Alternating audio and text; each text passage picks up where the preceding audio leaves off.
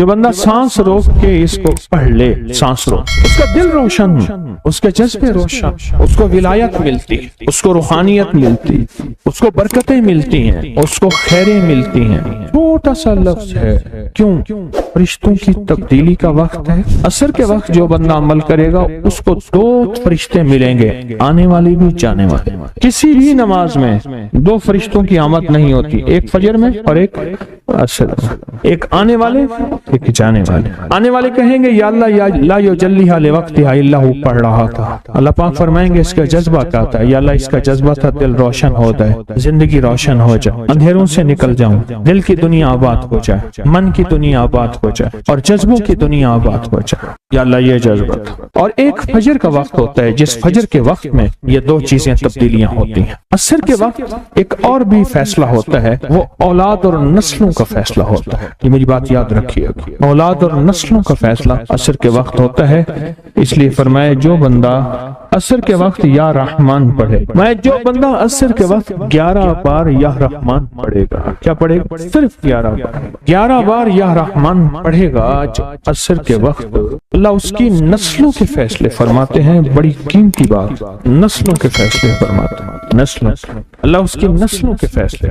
اس وقت بے اولادی بڑھ رہی ہے، بہت بڑھ رہی ہے، حد سے زیادہ بڑھ رہی ہے، بے اولادی بہت بڑھ رہی ہے اور حد سے زیادہ بڑھ رہا ہے۔ اللہ اس کی نسلوں کے لیے فیصلے فرماتا ہے۔ دیکھیں اللہ نے 2 چیزوں کو فرمایا ہے کہ تم ان کو پسند بھی کرتے ہو اور اس پہ تمہیں فخر بھی ہے، المال والبنون، ایک مال اور ایک بیٹے۔ یہ تمہارے لیے 2 چیزیں پسندیدہ ہیں، مال اور بیٹے۔ فجر کے وقت مال ملتا ہے، عصر کے وقت بیٹے ملتے ہیں۔ عجیب بات، فجر کے وقت کیا ملتا ہے بولے، اور عصر کے وقت، اچھا فجر اور عصر کی تقسیم ہے، عجیب تقسیم ہے۔ عصر کے وقت طلسمات بہت ٹوٹتے ہیں، تو بہت ٹوٹتے ہیں، بندشیں بہت ٹوٹتی ہیں، کیونکہ عصر کا وقت اصل میں بڑا نازک ہے۔ ظہر اور مغرب کے درمیان کا نازک وقت، انسان نے ظہر کو وقفہ کیا، فجر کا کام کیا ہوا ہے، اب وہ اس کو مغرب قریب نظر آتی ہے، اور یہ نماز بہت حساس نماز، بہت حساس، بہت حساس۔ فجر کا جو بندہ فجر کو قیمتی بنا لے گا، اللہ اس کی نسلوں میں روزی نہیں چھینے گا، اس کی نسلوں میں رزق نہیں چھینے گا، اس کی نسلوں کے اندر اللہ روٹی نہیں چھینے گا، اس کی نسلوں میں قرضے نہیں ہوں گے،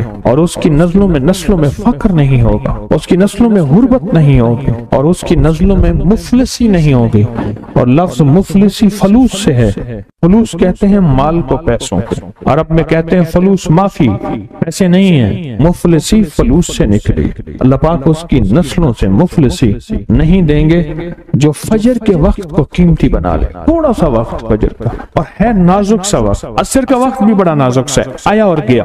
ظہر کا وقت بہت لمبا، مغرب کا وقت عشاء تک، عشاء کا وقت فجر تک، فجر سے پہلے سارا عشاء۔ عصر کا وقت بہت نازک ہے اور فجر کا وقت بہت نازک۔ یہ 2 وقت فیصلوں کے ہیں، اور ان 2 وقتوں میں جو بندہ فیصلے کروا لے وہ اندھیری دنیا سے نکل جائے گا، بیٹے، نعمتیں، رزق، عزتیں اور برکتیں پائے گا۔ اور میں نے پہلے بھی عرض کیا کہ فرشتوں کو دوست بنائے، فرشتے جب دوست بن جائیں گے ہمارے ہر کام میں، ہر مشکل میں ہمارا ساتھ، ان سے ہمارا تعلق بن جائے گا، ان سے ہمارا انس ہو جائے گا، ان سے ہماری دوستی ہو جائے گی، انس ہو جائے گا، دوستی ہو جائے گی۔ پھر جو کام کہیں گے وہ فرشتے ہمارے کاموں میں لگ جائیں۔ کیوں؟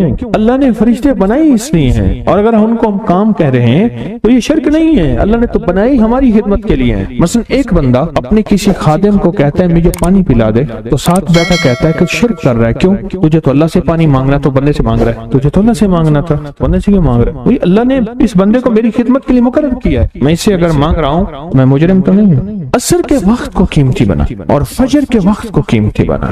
فجر کے جو لمحات ہیں، یہ فجر کے جو لمحات ہیں یہ رزق کے لیے بہت زبردست ہیں، اور رزق روحانی اور رزق جسمانی۔